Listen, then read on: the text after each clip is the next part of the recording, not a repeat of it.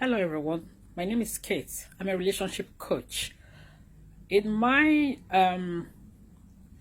25 years practicing as a lawyer, I have seen a whole lot going on in families, in different families.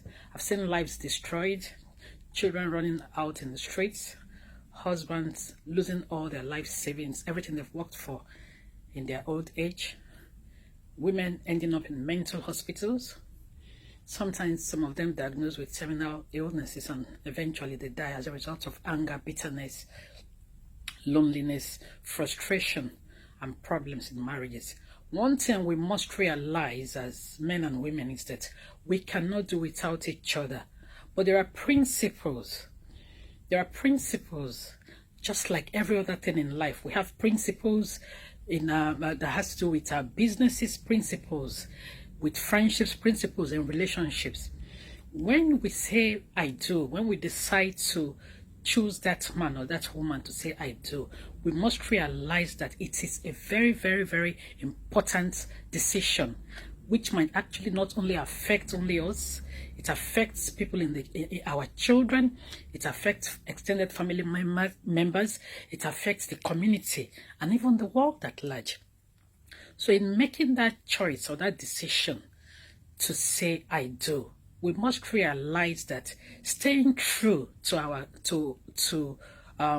that vow, it's very important. It is important that we stay true to our vow when we decide to make that commitment, to take that man or that woman, and then in the presence of friends and family and the whole world, we say I do. It's not about the wedding ceremony. It's not about the ashoke or the ashwebi or the food or how beautiful the hall is. It's not about posting photos on Facebook. It's not about how handsome or how good looking that woman or that man is. It's not about the zeros in the account of that man or that woman. It's not about educational qualifications or whether the man or the woman is running chains of businesses. We're talking about matters of the heart. When it comes to matters of the heart, you see people crumble. Most importantly, the hopelessness in the world that affects people of all ages, of all tribes, of all ethnicity, whether rich or poor, tall or fat, the most beautiful and the most ugly, so to say. I don't believe that anyone is ugly anyway, but depending on the world's interpretation of what is ugly, what affects everybody mostly in their lives, when you hear that people are suicidal, sometimes they begin to self-harm, sometimes they end up in hospitals, sometimes they are in and out of hospitals, issues of the heart, emotional issues, psychological issues. It has to do with relationships.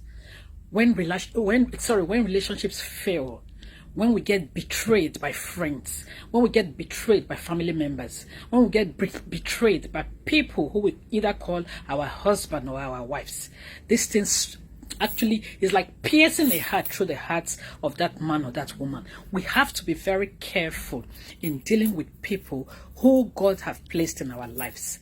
When we now go into relationships with intention to be selfish, to be greedy, sometimes lives are destroyed.